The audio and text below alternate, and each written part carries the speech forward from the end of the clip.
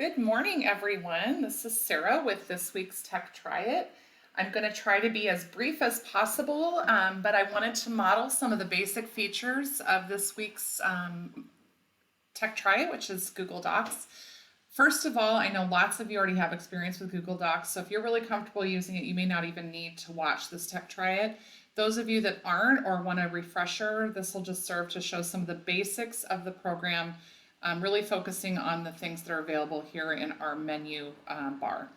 One of the things I would say is that the great thing I love about the Google Suite is if you know how to do it in Google Docs, you probably can apply that in Google Slides, for example, or another program in Google. So it's great if you know the basics, then you can use them across all the platform.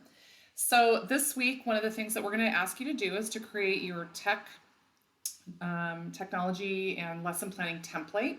We are not asking you to actually do your lesson planning. We'll do basic starter lesson planning in module 6 and 7. We'll fold in assessment plan and differentiation, etc.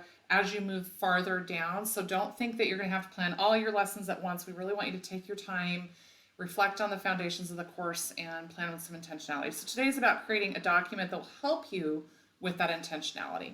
For me, lesson plans are about reminding myself as a teacher, what did I think through when I had time to plan, so that when I'm in the moment of teaching a lesson, I have a quick go-to check that off.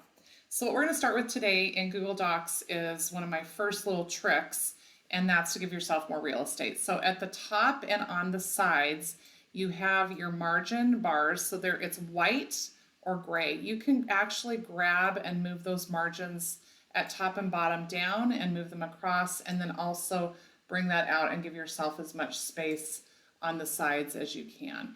And so I'm going to start first by just giving myself that little bit more real estate and bringing that over. And I'm just clicking on that and dragging that over. This is your indent tools as well, so those you'll need to use later. If you find, for example, this here, I can then bring it back over with those little blue lines as well. So that shows you where your indents and your tabs are. Okay, so now that I've kind of maximized the real estate on my Google Doc canvas, I'm going to start my planning. So to start that, I'm going to actually, first I'm going to just very quickly type this. I apologize, you have to listen to me type. I'm going to put the unit in, and then I'm going to put in the major focus of the learning. And this would just be kind of the broad strokes. And then Chalice gave you a great example of a template that's for a single lesson. I'm going to model today just a little bit of a different style of lesson. But before I do any planning of the lessons themselves or the structure, I want to remind ourselves that in our foundational document, it talked about instructional plans, and that every instructional plan ought to be motivationally conceived from beginning to end. So I'm going to start with some of that basic thinking, and I'm going to insert by coming to the top, inserting a table. I love tables. And I'm going to just do a 2x3 table. And in here, I'm going to type the motivational framework and growth mindset, and then the 4 C's. So to me, these are the basics. Then, so you don't have to listen to me type, I'm going to copy and paste from another document these items over. And so I've copied those, and I'm just going to paste these ideas in. So you're going to notice that I have some bullets in here. So I've included the motivational framework and growth mindset and the 4 C's. I've included those in there, but I have different bullets. Bullets can be inserted by highlighting the text you want and coming up to the bullet tool, and you can pick the style or the type of bullet that you want. You could also do the same thing with numbering if you wanted to number things or letter them. They are over here. So these first two tools that I showed at the top are here. This tool does line spacing, and it spreads things out just a little bit to quite a bit. So you can see how by clicking on highlighted text in that area, you can increase the spacing. So I'm going to go back, and I'm going to bullet these to be little check boxes. And I'm going to bullet these to be, I guess, little stars or little arrows. Looks good. And then I have just some notes under there that I would remind myself to think about those things as we go. So that's kind of the overarching for the series of lessons that I'm going to do. Now I'm going to insert a table for my series of 3 lessons. So again, I have my cursor placed in. I'm going to come in and insert a table. I'm going to do a 4, let's say, by 6 table just to get started. I can come back later and add more or delete rows if I don't need them. The first thing I'm going to do is the date, and then that would be for lesson 1, lesson 2, and lesson 3, and this would be my series of lessons.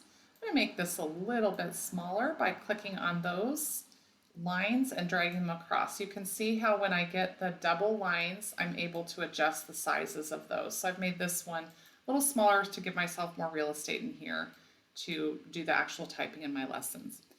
If I look at what Chalice had recommended as requirements for that, I want to look at making sure I've included the college and career ready standards, components of the motivational framework and growth mindset, which I've already included, and the 4 C's, which I've included, differentiation, assessment, and the digital platform. So those are requirements that we have as you go through.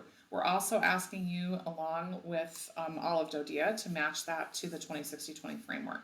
So as I look at that, my next piece I'm going to put in are my focus CCR standards. Under that, then I like to have an I can statement for each lesson or an essential question. Now that does not look nice, so I'm going to make that font a little smaller by highlighting it, coming up to my font, and picking a smaller size. I want to then just do a little quick return so I can have one or the other, okay? All right, then I'm going to come down and put a couple other things in. So vocabulary,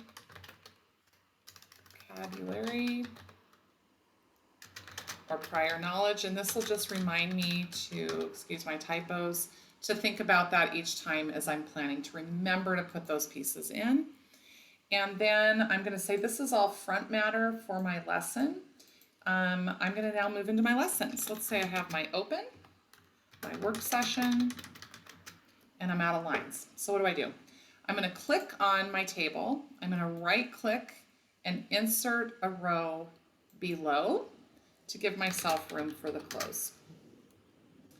Then I also want to make sure we were supposed to have assessment in there. I generally put assessment notes in, and again, right click and insert below at the bottom of mine or at the top, depending on which team I'm planning with.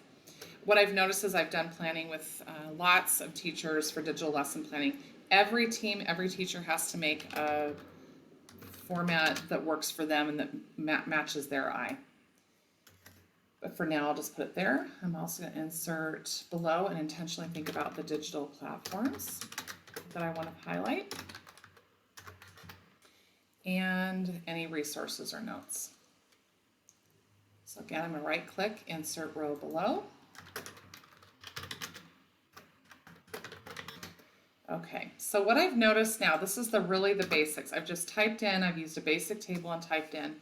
One thing that is important for me is to have time. So I'm going to come up here and I'm going to reinsert in that box and put a general time in. Let's imagine I have a 30-minute class in here, or I'm sorry, a 60-minute class. So I'm going to put the time frames in there for that. I usually have kids do a timer for me because I'm not great about following my time frame. I tend to let that work session go a little long. So if I put the actual time in my lesson, it helps me, or if I'm co-teaching with someone, really be thoughtful about keeping on time together. So I think I have everything. Let me just go back and check. The only thing I don't see that I've included yet is the differentiation. So let me come in here.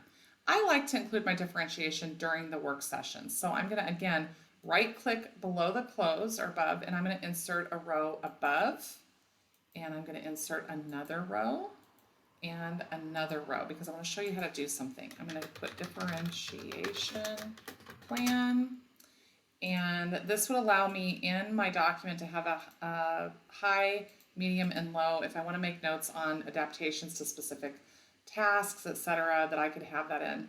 But to merge that, I'm going to now make the header for that. I'm going to highlight all 3 of those rows, right click, and merge cells. Again, if I didn't like that, I could unmerge those cells. So just click on it again and click unmerge. But for my eye, I like to have those merged, okay? I also want to highlight and look at the lessons themselves. This is getting kind of busy for me and there's a lot going on. So I'm going to use some color formatting to just kind of articulate different chunks of it to draw my eye to it. These three areas for me are pre-planning and reminders to me. So I'm going to make them one color, and I'm going to match that color at the bottom to the digital platforms and the resources and notes.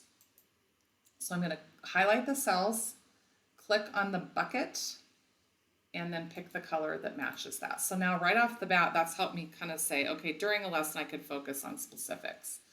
To me, the open is one specific chunk of the lesson, so let's make that green. I'm going to make the work session, the differentiation plan, another chunk of the session. Maybe right click, highlight all of those, and select the color I want for that. And then I'll make the close, kind of just draw my eye to it again, back to that green. So now I can really see the different parts, depending on the part of the lesson I'm in, it would draw my eye to that. That works for me. It may or may not work for you, so that's okay. Now I want to kind of, this is just my real basics. I want to come through and say, how do I do some basic formatting? So first of all, I'm at 100% here. Let's look at my header row. I'm going to highlight all of these, and I'm going to show you using the styles button how you could make those without having to do every dot and every decision. You can just tell it a type of heading that you want to have, a title, a normal text, or a subtitle. So let's make those subtitles, and I'm going to come over here and I'm going to center those. Then for each of these other items, you can play with the different choices. So let's say I want to make different font. I'm tired of that. I want to use a Comic Sans. It's a little bit cuter font. I'm going to make it a little bit bigger. I can then click on the font size. I can bold it, italic it, or underline it. I can also click on the text color and change the color. And I can also highlight, so if you want to highlight. For me, that's a little bit much to look at, but I just wanted to show you how to use each of those tools. If you like the way something looks and you do it for one, let's say I've made this bold, dark blue, 10, and I like the way that looks, I can highlight one, I've done it for one, highlight it, come up and use the paint format, click on that, and then highlight any other font that I want to look like that as well. So that matches it, okay?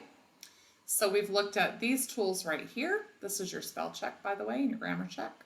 That's styles, that's the font, size, bold, italic, underline, color, and highlight. This is link. So let's imagine, I'm gonna come down here to resources. I'm a math coach, so I really love virtual manipulatives. I do not want to sign up and save, thank you. But Didax is one of my favorite websites for virtual manipulatives, so I'm going to take this link and copy it. And in here then, let's say I want to put a reminder to just go check those resources out each time. I can insert a direct link to a website or to a resource, to a Google Doc, etc. in here, and I can paste it in there, and then you can change the font and you can name it. And then that would be a placeholder for me each time I go in to say, okay, instead of having to look that up each time, I have a reminder for that.